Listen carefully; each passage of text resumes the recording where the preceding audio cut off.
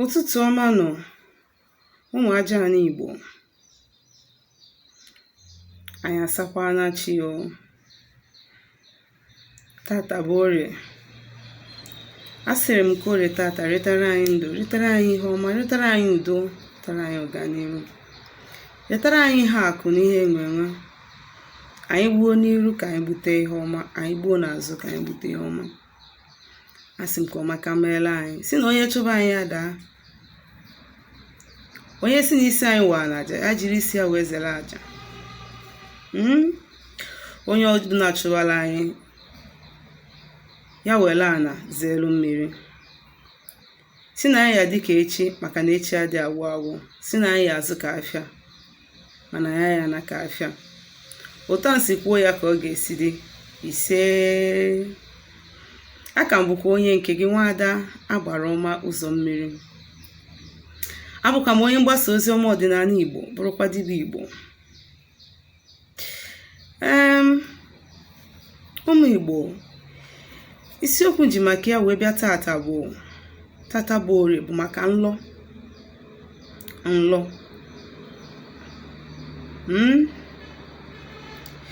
Gịnị bụ nlọ?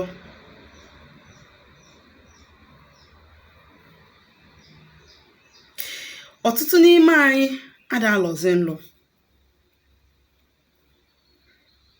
Marakwa amara na onye na-alọ nlọ bụ onye na-afụ ụzọ.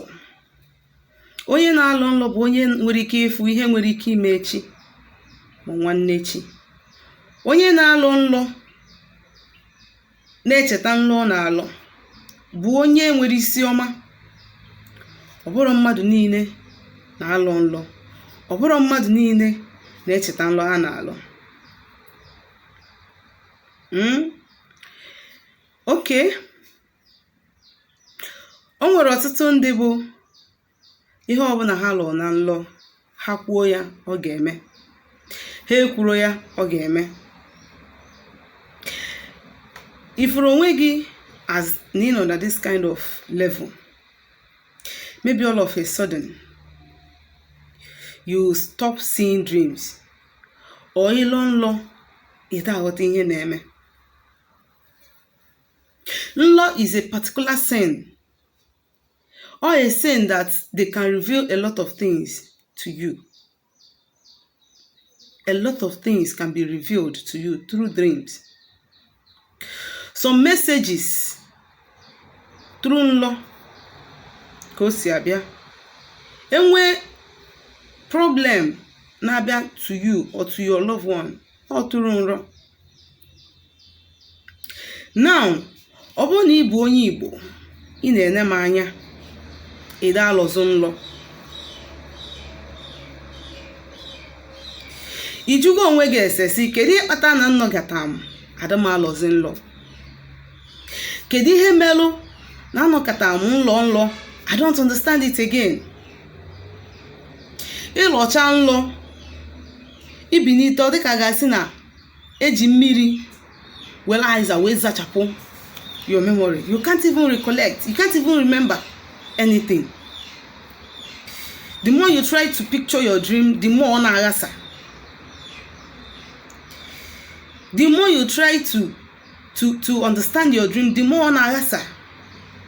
Some people are not alone nlọ cha-cha, year to year, month to month. Do you think that you are normal? It is called spiritual blindness. When enemies want to get you, they remove that power from you. Ndị amosu na ndị akara owere, when they want to destroy you totally, they remove that grace, they remove that power from you, the ability of seeing the future through dream. You will become a total and a complete empty vessel. Yes. A man that does not see dream is not living. A man that does not see dream is not living. Maka gịnị? Ọ dị ka onye kpuru isi. O jiri mkpọrọ. O nwere ike sị ma ya eji na mkpọrọ. Ọ na-aga. Onunu bịa, ọ daba. Moto bịa, ọ jaa mụọ ya. Because gịnị? onwero means of guide, onwero channel of guide. Your dream be your spiritual channel of guide. Your third eye, which is your dream eye, is your spiritual channel of guide. Once they close it, you are completely empty. You are completely empty. Because you can fall into trouble, you can fall into temptation, you can fall into destruction. Maka onye na-afụ nlọ, onwe danger dị n'ụzọ ya, it will be revealed to that person through dream. Onye na-afụ nlọ, na-aghọta nlọ na-afụ, ifeọma nwere ike nọ n'ụzọ onye ahụ, onye ahụ afụ na ifeọma nọ n'ụzọ ya. Ọ malụ gịnị? Ọ mara aja ọ ga-achụ ma ọ malụ ife ọ ga-eme, so that blessing will come. So as much as you are not seeing dreams, you are just a blind person. In spirituality, you are just blind. Mgbe ụfọdụ, mmụọ nwere ike ime gị many times. In fact, many times, apart from ndị amoosu na ndị akara oghere, many times, ndị ihe na-akwasalụ mmadụ, spiritual eye, yeah, that is the third eye, your dream eye, bụ mmụọ na-eso gị. By the time they shut down that channel, you are just useless. And now one of the things you get made to gain your dream eye, beginning, oborokwa by ibido gwawogwu, mo bido ndị ọzọ asị gị gụọ ọjị, gụchaa ọjị, dosi ya na pilo, ime nke a, ime nke a, ime nke a, ime nke a, ime nke a, ndị nke ọzọ asị gị jee were akwụkwọ nke asa anya, ota wee ji. You might succeed after doing that thing, but trust me, it won't last. Before you know what is happening, they will cover it again. Ọ bụrụ na mmụọ na-eso gị na-agba gị ụgwọ, na nwere arụsị na-agba gị ụgwọ, mana mmụọ dị na mgburube nna gị na-agba gị ụgwọ, mana ndị ka mbugo ndị ichie na chi, mana ịbụ onye akpọrọ ọrụ, o nwere time ọ ga-eru, they will cover that channel. You won't see anything again. By the time they are set to destroy you, by the time they are set to torment you, you won't see. If you go down, you won't remember. But on waking up, you can hear that. Scary. But picture it now. Work is a lawyer. You can't. On the stage, you get rooted in spiritual realm.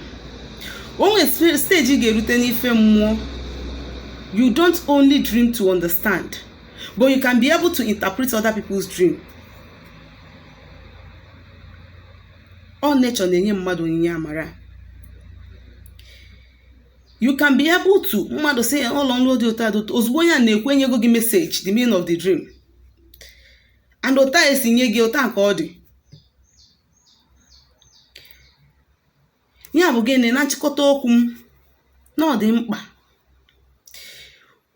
Uru ọ bara mmadụ idozi ife dị n'ụzọ, imezi ife dị n'ụzọ ya, ichukwu mmụọ so ya karịrị akarị.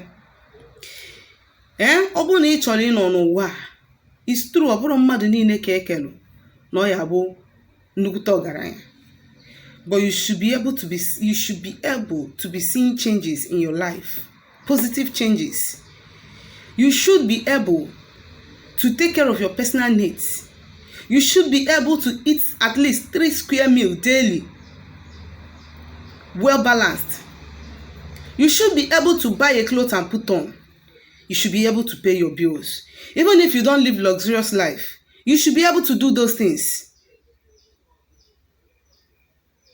Mmadụ ichukwara mmụọ na-esi ya nwere ike irende onye ahụ completely useless. Ị na-akọ ọta na-agagharị, ikuluga side ya. Mmadụ echukwara mmụọ so ya nwere ike ime ị na-enwe hatred. Onye ọbụla ijekwu ka onye lụga aka, mmụọ ahụ asị onye a ka ọ chọrọ ka onyere ya aka, they will start causing that person hardship. N'elu hardship ahụ, mmụọ ahụ na-eso gị nwa eje gbanyebe onye ahụ mkpụrụ edishọn ọbụrụ maka na gị na onye a na-emekọ mere ije nwezi problem. They will plant the seed of hatred n'ime obi onye ahụ against you. Before you know what is happening, onye ahụ achọpụ gị, onye ahụ achọzi iji anya afụ gị. There are so many negative things mmadụ echekwala mmụọ so ya nwere ike ịkọsịrị ya, and there is so many positive things it can still bring to that person. Ọ bụrụ na ịchụkwa mmụọ dị n'ụzọ gị nke bụ eziokwu, ọ bụgodị sef na ide afụzụ nlọ, ịmazi ihe na-eme. You are this person ọ na-abụ ịlọ ha na nlọ ụta isi lụọ ya ka o si dị, but all of a sudden you don't understand what is happening. Ịfụzie ịda aghọta, ịda afụkụzide afụ sef. Early sign ya bụ ịlọ nlọ, ịda aghọtazi nlọ gị, mana ha ebidogo. And if you keep quiet, they will shut that channel finally. And before you open it, my email. Yes, Hagadi totally convinced that you are ready to submit. Bambo chukwa mmụọ so gị. Maka na nlọ amaka. Mmadụ dị ndụ na alọ nlọ bụ onye dị ndụ. Onye na-adịrị alọ nlọ nwụrụ anwụ. Future ya nwụrụ anwụ. Tomorrow ya nwụrụ anwụ. That person anything can hit that person at any time. Mana onwe nlọ ya alọ. Ipụta isi no. This dream that I had, this travel I want to make, I will not make because of this dream. Mana ọ bụ na iburu onye na-alọ nlọ, if they don't expose and open those things to you, if they don't open that channel to you, you will not know. Itinye isi n'ụzọ mmiri erie gị. Aka m bụkwa onye nke gị, Nwaada Agbaroma Ụzọ Mmiri. Ọ bụ na o nwere ajụjụ ị nwere ịjụ m gbasalụ